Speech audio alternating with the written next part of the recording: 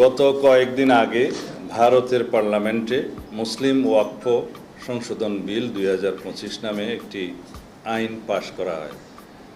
আইনটির বিভিন্ন ধারা বিশ্লেষণ করে আমরা দেখেছি যে ভারতের সংখ্যালঘু মুসলমানদের অধিকার খর্ব করা এবং বৈষম্যমূলক আচরণের চেষ্টা করা হয়েছে এই আইনে।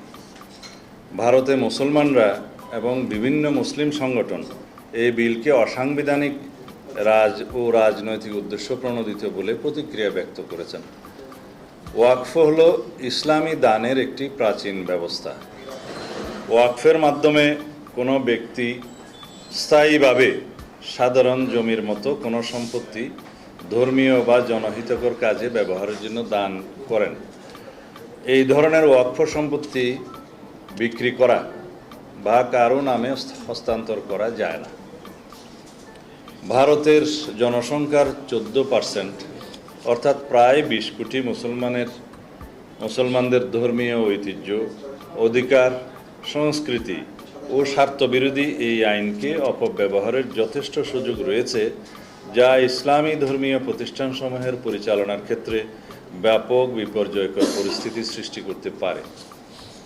ভারতে ওয়াকফ বোর্ডগুলোর অধীনে প্রায় 10 লক্ষ একর সম্পত্তির মধ্যে অধিকাংশই ব্যবহৃত হয় মসজিদ, মাদ্রাসা, কবরস্থান ও এতিমখানার মতো জনকল্যাণমূলক কাজে।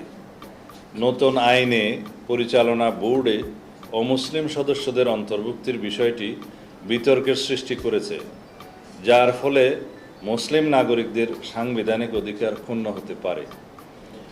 মুসলমানদের ধর্মীয় অধিকারে হস্তক্ষেপের কারণে এবং বৈষম্যমূলক আচরণের ফলে সাম্প্রদায়িক সম্প্রীতি বিনষ্টের আশঙ্কা দেখা দিতে পারে।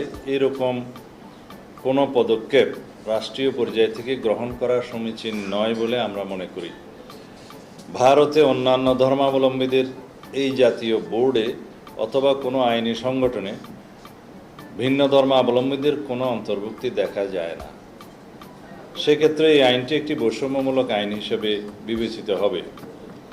নতুন আইনে পরিবর্তনগুলো শত শত বছর আগে প্রতিষ্ঠিত ওয়াকফ জমির উপর গড়া মসজিদ এবং অন্যান্য ইসলামী ধর্মীয় প্রতিষ্ঠানগুলোর ভবিষ্যৎ অনিশ্চিত করে তুলতে পারে। নতুন আইনে অমুসলিম সদস্যদের এই সম্পত্তিসমূহের ব্যবস্থাপনা ও প্রশাসনিক দায়িত্ব পালনে যে এখতিয়ার প্রদান করা হয়েছে তা মুসলিম নাগরিকদের ধর্মীয় অধিকারে সরাসরি হস্তক্ষেপের শামিল। প্রিয় সাংবাদিক ভাই ও বোনেরা, অল ইন্ডিয়া মুসলিম